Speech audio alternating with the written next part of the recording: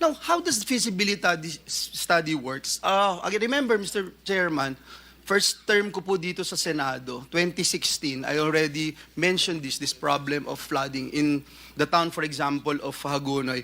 And the DPWH told me that they cannot do it because they have to have feasibility study, etc. In fact, I funded the feasibility study. Nandito pa si R.D. Tolentino, if I recall. The name of the guy is Gatan, if I'm not mistaken. I met with him several times. Pinondohan po yung feasibility study. Sabi, hindi pwedeng gawin ng 1 year. Kailangan 2 years. After 2 years, nagawa yung feasibility study, Mr. Chairman, hindi rin po in-implement. So, how does this feasibility study works, Mr. Chairman? Secretary, lahat po yung binanggit ni Presidente na 15 contractors at yung mga nakatakot-takot na proyekto, I'm sure, dahil sasama din ang loob ko pag sinabing walang feasibility study, lahat po yun may feasibility study. Is that correct, Your Honor? Unfortunately, Your Honor, I don't think so.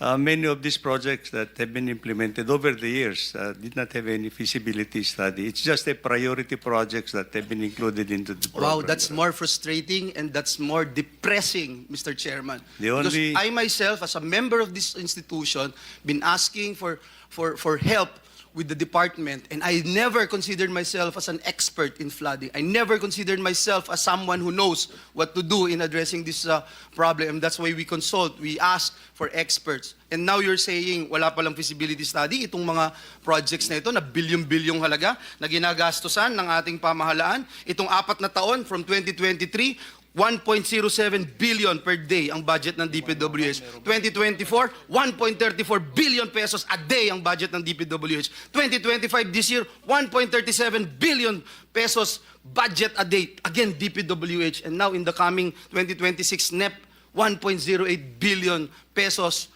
budget a day. And then you're gonna say, Mr. Secretary, wala pong feasibility study and wag kayong magulat kung ghost project yung makukuha natin dito. Is that correct, Your Honor? As I pointed out, Mr. Chair, yung may mga feasibility studies are these big projects that in the major river basins, Your Honor. But for local projects that would cost, let's say, 50 million, 100 million, the only thing that we require is actually yung project impact analysis, Your Honor.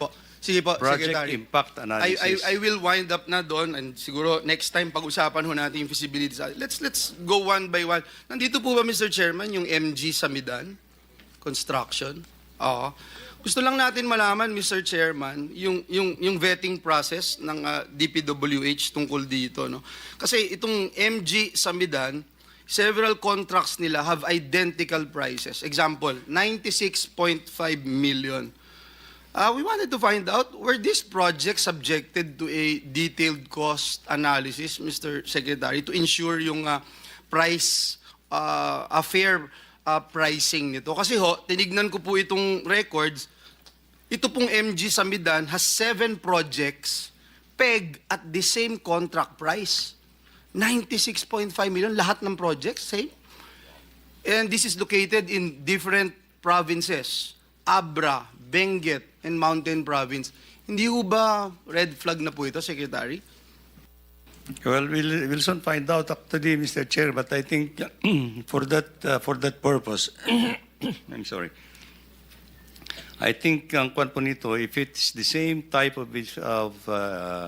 project that is being implemented in several areas, they might. It's likely that they could have actually similar budgetary or the project cost could be. I will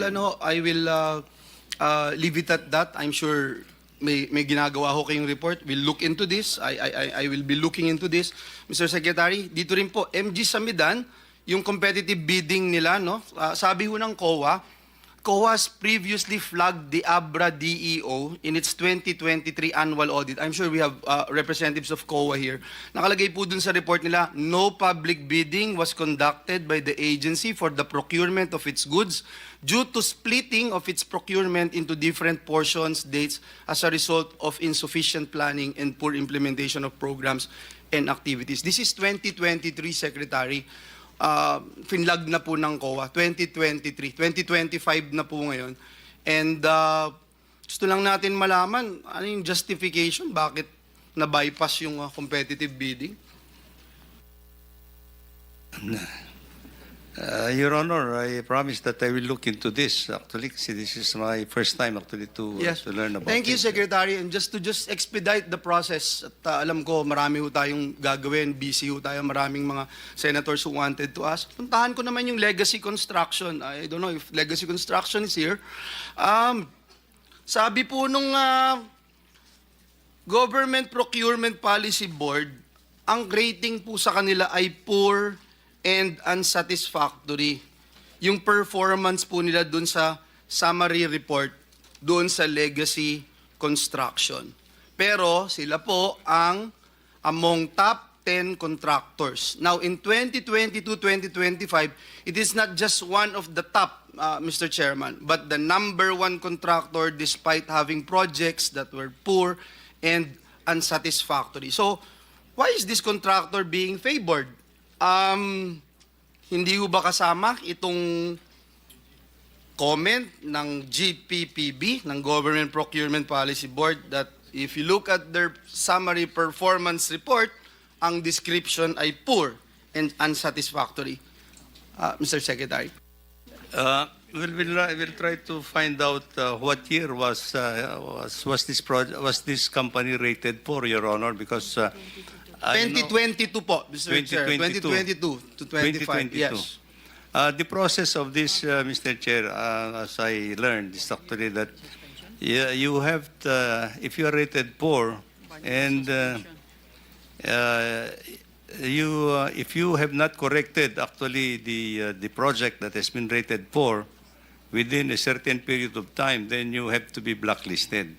But if you were able actually to correct actually what the deficiency of the project that was rated poor, and then I think that would erase actually your mark. Siguro, Mr. Secretary, if that is the case na correct, perhaps yung GPPB sa kanilang website, masabi din na nakakorek, di ba? Kasi kung hindi, mag-iisip po talaga yung taong bayan. Now that the President wanted us to be engaged and the public to be engaged. Secretary, last last question ko na, Mr. Chairman.